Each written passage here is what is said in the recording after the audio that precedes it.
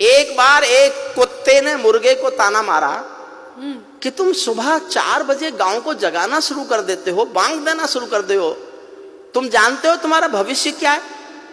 तुम 8 बजे कटकर नाश्ते की प्लेट में मिलोगे। अच्छा, मुर्गे का भविष्य इसके सिवा है भी क्या? लेकिन कुत्ता ताना मारे मुर्गे को तो मुर्गा चुप नहीं रहता। मुर्गे ने कहा, हाँ मानता हूं मेरा भविष्य 8 बजे कटकर नाश्ते की प्लेट में आ जाना है। मैं गांव को जगाना इसलिए नहीं छोड़ता क्योंकि मेरी मौत को दुनिया में कोई भी कुत्ते की मौत नहीं कहता। क्या बात है। काश्मीर जो खुद सूरज के बेटे की राजधानी थी, डमरू वाले शिव शंकर की जो घाटी कल्याणी थी, काश्मीर जो भूमंडल का स्वर्ग बताया जाता था, जिसकी मिट्टी को दुनिया में अर्घ चढ़ाया जाता था, काश्मीर जो भारत माता की आंखों का तारा था, काश्मीर जो लाल बहादुर को प्राणों से प्यारा था, काश्मीर वो डूब गया था अंधी गहरी खाई में, फूलों की घाटी रोती थी मरघट की तन्हाई में, फूलों की घाटी। सल्यूट करता हूं आप, सल्यूट करता हूं। इतने थके हुए विष्णु सक्सेना के खूब थकाने के बाद भी आप ताली बजाने लायक बच गए। क्या बात है।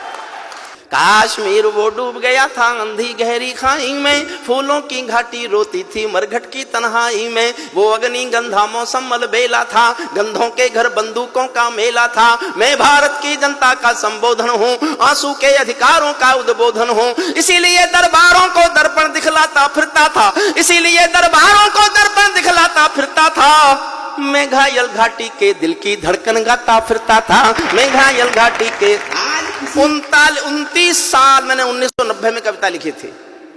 और आदरणीय कठेरिया जी, आपको जानकर आश्चर्य होगा, इस कविता को मैंने 1990 में जब सबसे पहली बार लिखा तो मेरे पहले श्रोता थे श्रद्धेय अटल बिहारी वाजपेयी और श्रद्धेय लाल कृष्ण अडवाणी। दोनों बैठ के रोए थे, दोनों बैठ के रोए थे। वाजपेयी साहब एक बार लाल किले में आए थे और मैं कश्मीर पढ़ रहा था। मैंने उनसे कहा, आप देश के प्रधानमंत्री बन गए और कश्मीर की हालत फिर भी नहीं सुधरी तो इससे भी सख्त कविता सुनने को तैयार रहना। फिर मुझे पता चला वो 6 साल इसीलिए उदास रहते थे क्योंकि उनके समय में तो हुआ नहीं था जो अब हुआ।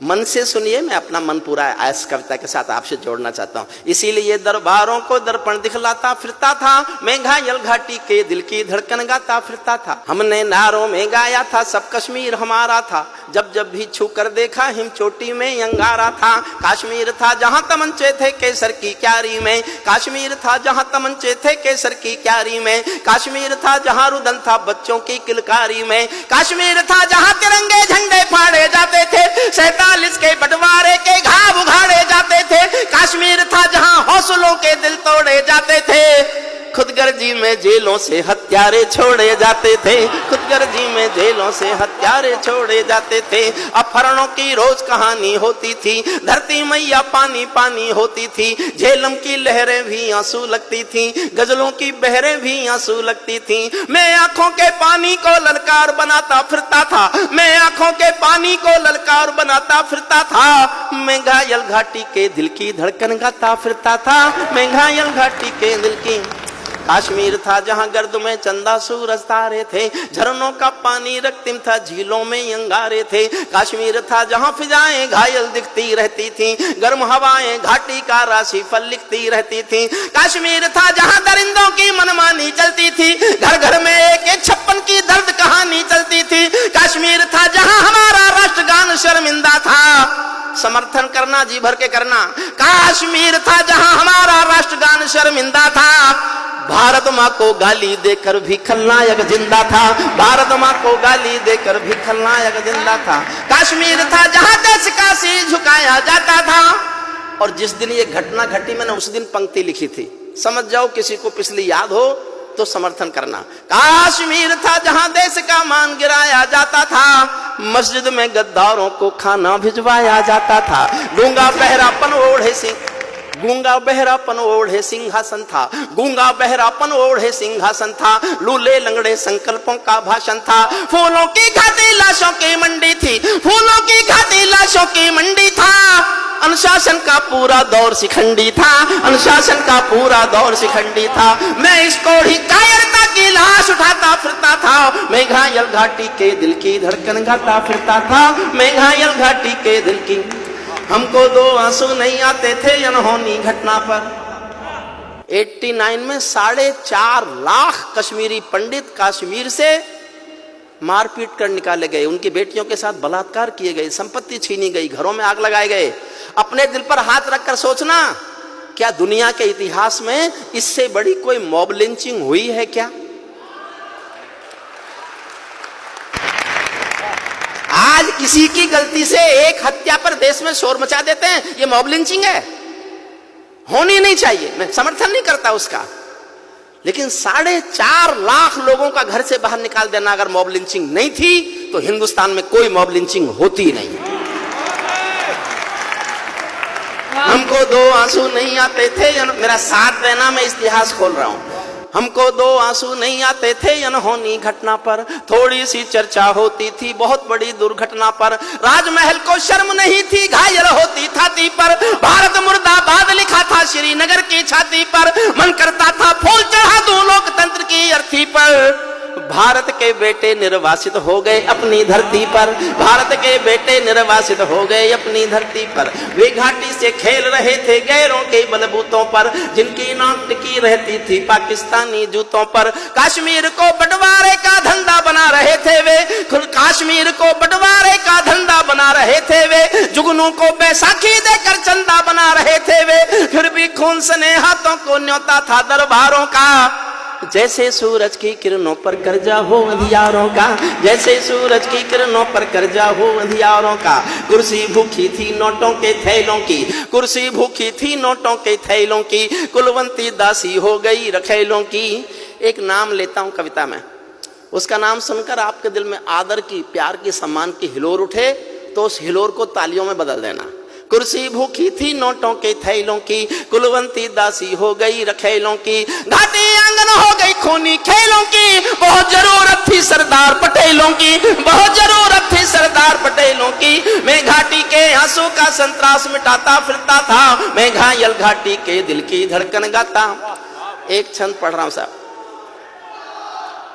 भारत मां को इस समय सोने दो, बड़ी मुश्किलों से इस बहादुर सरकार की कोशिशों के बाद भारत मां सुकून से सोने की हालत में आ गई। वाह वाह वाह वाह वाह, बहुत बढ़िया। मैं एक छंद पढ़ रहा हूं।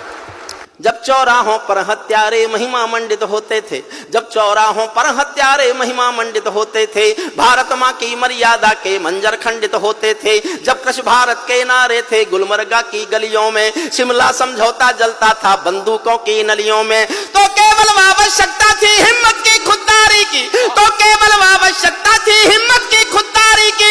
56 इंची सीने में ही आशा थी दमदारी की, 56 इंची सीने, 56 इंची सीने से ही आशा थी 56 इंची सीने से ही आशा थी दमदारी की। संविधान को बदल दिया है घाटी गैर नहीं होगी, जहां तिरंगा नहीं मिलेगा उनकी खैर नहीं होगी, जहां तिरंगा नहीं मिलेगा। बहुत प्रणाम करता हूं आपको साहब, क्या बात है। इसीलिए आवश्यकता थी हिम्मत की खुददारी की, 56 इंची सीने से ही आशा थी दमदारी की। संविधान को बदल दिया है घाटी गैर नहीं होगी, जहां तिरंगा नहीं मिलेगा उनकी खैर नहीं होगी। जिनको भारत की धरती न भाती हो, भारत के झंडों से बदबू आती हो, जिन लोगों ने मां का आंचल फाड़ा हो, दूध भरे सीने में चाकू गाड़ा हो, मैं उनको चौराहों पर फांसी चढ़वाता फिरता था। मैं घायल घाटी के दिल की धड़कन गाता फिरता था, मैं घायल घाटी के दिल की। अंतिम छंद पढ़ता हूं। अभी भी उधर से बयान आते हैं हमारे पास 1 पाव का एटम बम है, हमारे पास आधी किलो का एटम बम है। देखिए साहब, मैं बोलना नहीं चाहता, सांसद जी आपसे अनुमति लेकर आपसे माफी मांग के बोलता हूं, और ये मैंने बहुत दुखी होकर बोला, ऐसे नहीं बोला। रोज डराता है हमको एटॉमिक युद्ध होगा, एटॉमिक युद्ध होगा। मैंने कुछ मेरे दोस्त साइंटिस्ट हैं उनसे पूछवाया कि मान लो एटॉमिक युद्ध हो ही जाए, क्योंकि उसका भरोसा क्या? जो दुनिया में किसी के भरोसे लायक नहीं है, हमारे लायक तो होगा ही क्या? मान लो हो ही जाए तो क्या होगा? बोले जी दोनों देशों के 25-25 करोड़ लोग मर जाएंगे। मैं एक दिन सोचता रहा और जब उसी दिन शाम को मैंने उनके एक मंत्री का बयान सुना कि हम एटॉमिक युद्ध कर सकते हैं, तो मैंने कहा कि होने दो, होने दो, हम 25 करोड़ मरने को तैयार हैं, तुम तो रेगिस्तान हो गए, बचा क्या? अगर तुम अपने को पूरा मिटाकर हमारे थोड़े से कम कर दो तो हमें कोई नुकसान नहीं है, हमको जनसंख्या नियंत्रण कानून लाने की भी जरूरत नहीं है। अंतिम पंक्तियां सुन लीजिए। अमरनाथ को गाली दी थी भीख मिले हथियार, ये अच्छी बात नहीं है जो मैं कह रहा हूं, लेकिन दुखी होके कह रहा हूं। अमरनाथ को गाली दी थी भीख मिले हथियारों ने, अमरनाथ को गाली। अंतिम पंक्ति पर और जोश देना, फिर तय करेंगे कि आगे क्या करना है। अमरनाथ को गाली दी थी भीख मिले हथियारों ने, चांद सितारे टाक लिए थे खून लिपि दीवारों ने, इसीलिए नाकाम रही है कोशिश सभी उजालों की, क्योंकि ये सब कठपुतली है रावलपिंडी वालों की। अंतिम एक चुनौती दे दो सीमा पार पड़ोसी को, गीदड़ कायरता ना समझे सिंहों की खामोशी को। हमको अपने खट्टे मीठे बोल बदलना आता है, हमको अब भी दुनिया का भूगोल बदलना आता है, हमको अब भी दुनिया का भूगोल